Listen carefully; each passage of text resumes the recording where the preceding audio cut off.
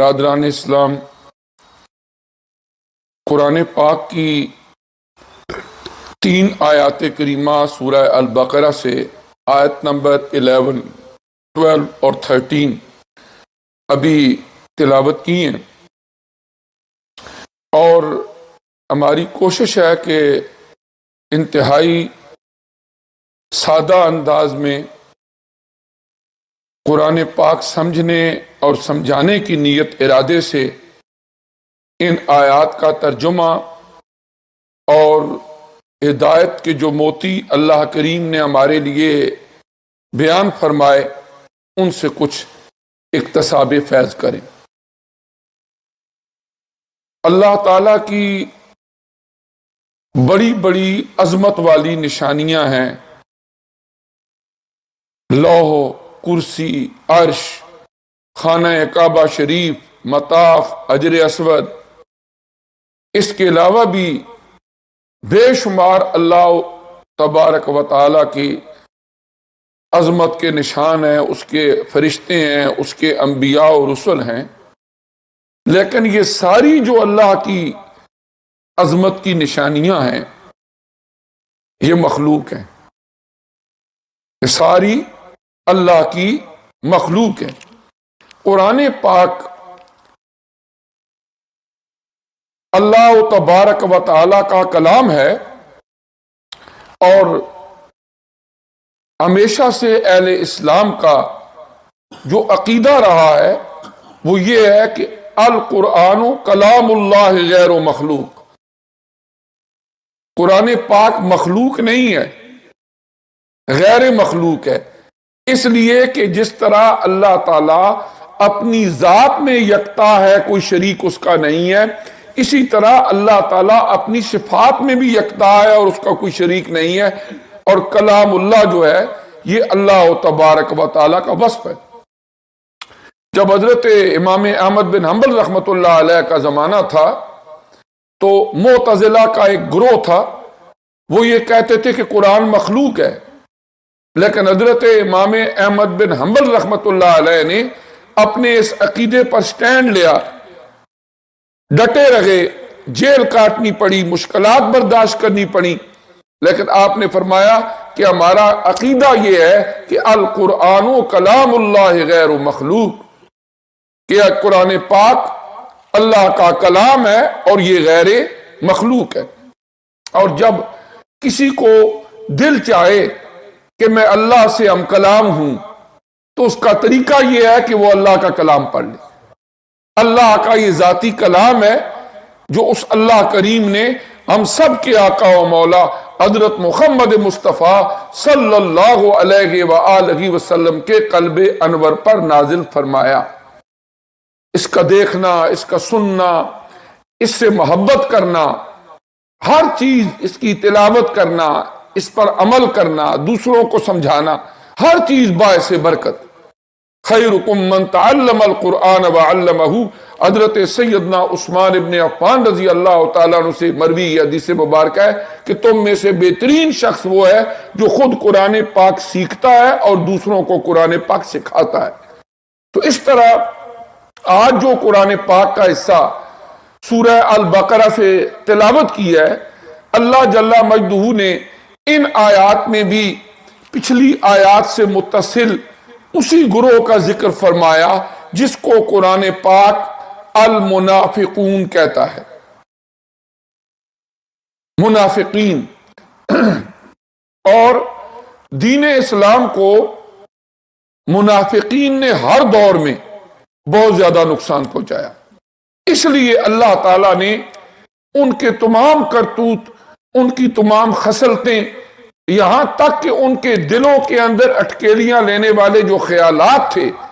کہ زبانوں سے تو وہ کچھ کہتے، اللہ نے انہیں بھی واشگاف الفاظ میں اہل ایمان کو بتا دیا۔ اور یہاں پر آیت نمبر 11 to 13 جو ہم نے آج تلاوت کی ہے، اللہ تبارک و تعالی نے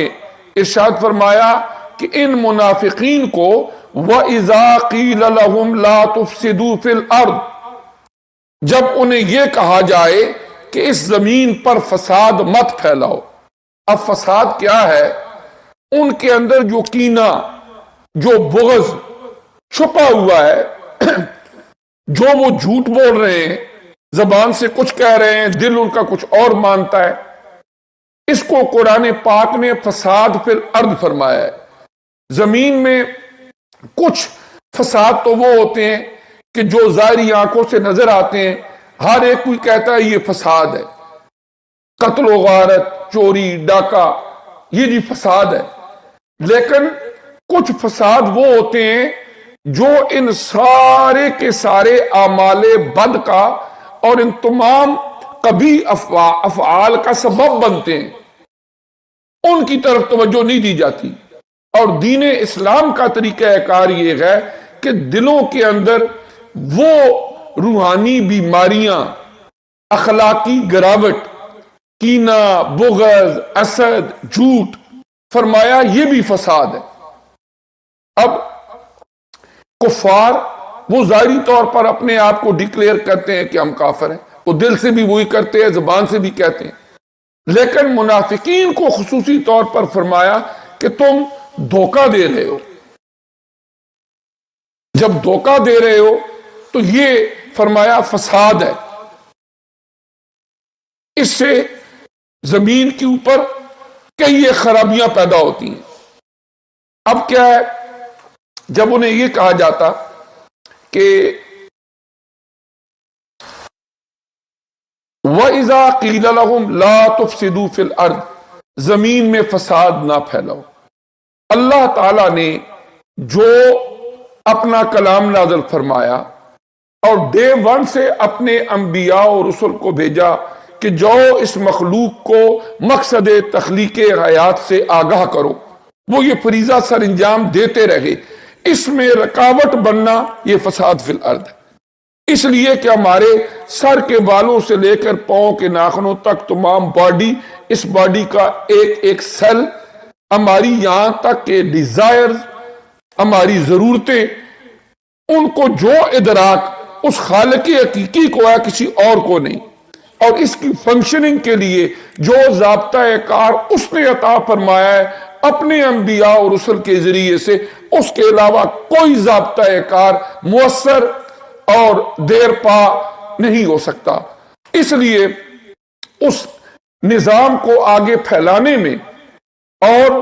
انسانیت کی اصلاح کی ان کوششوں میں جو رکاوٹیں بن رہا ہے، فرمایا یہ تم فساد فی الارض کر رہے ہو۔ تو جب انہیں یہ کہا جاتا قالو، تو اس کے جواب میں وہ منافقین کیا کہتے؟ انما نحن مصلحون، کہ ہم تو اصلاح کرنے والے ہیں،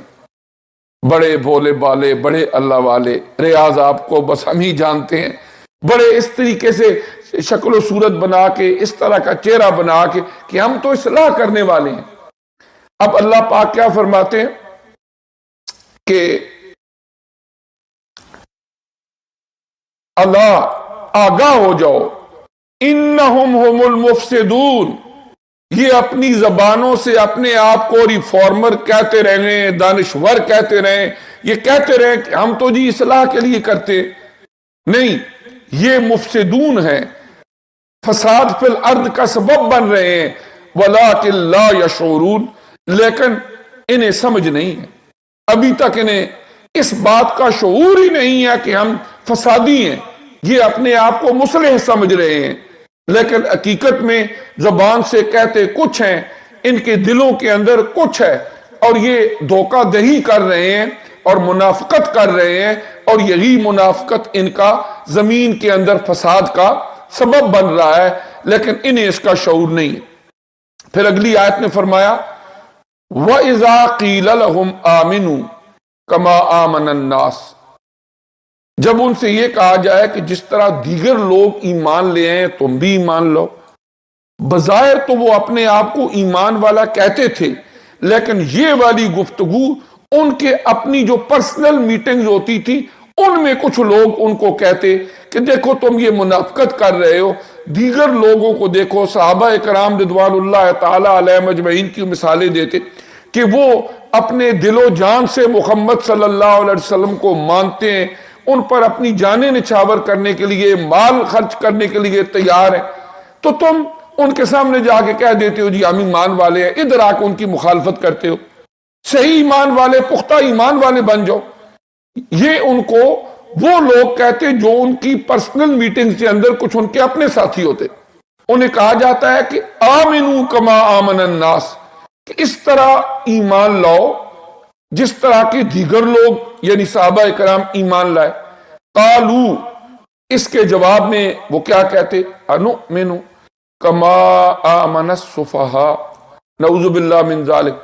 وہ کہتے کہ ہم بھی اس طرح ایمان لے آئیں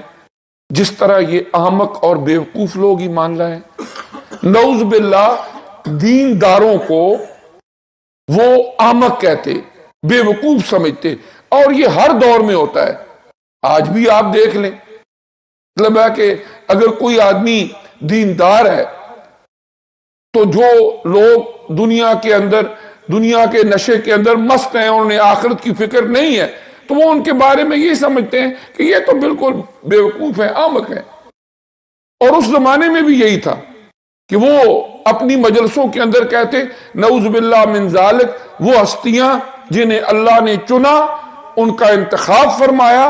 اور دنیا میں بھی اعلیٰ درجے عطا فرمائے اور آخرت کے اندر بھی لازوال نعمتوں سے مالا مال فرمایا، صحابیت کا اعلیٰ ترین شرف عطا فرمایا، اور جو ان میں سے آل بیت اطہار ہیں ان کو 2 شرف نصیب ہیں، صحابیت کا شرف بھی نصیب ہے، اور ساتھ ان کی رگوں میں نبی کریم علیہ السلام کا خون بھی گردش کر رہا ہے۔ آپ کے آل بیت اطہار ہونے کی حیثیت سے بھی ان کے درجے بلند ہیں۔ لیکن ان کے بارے میں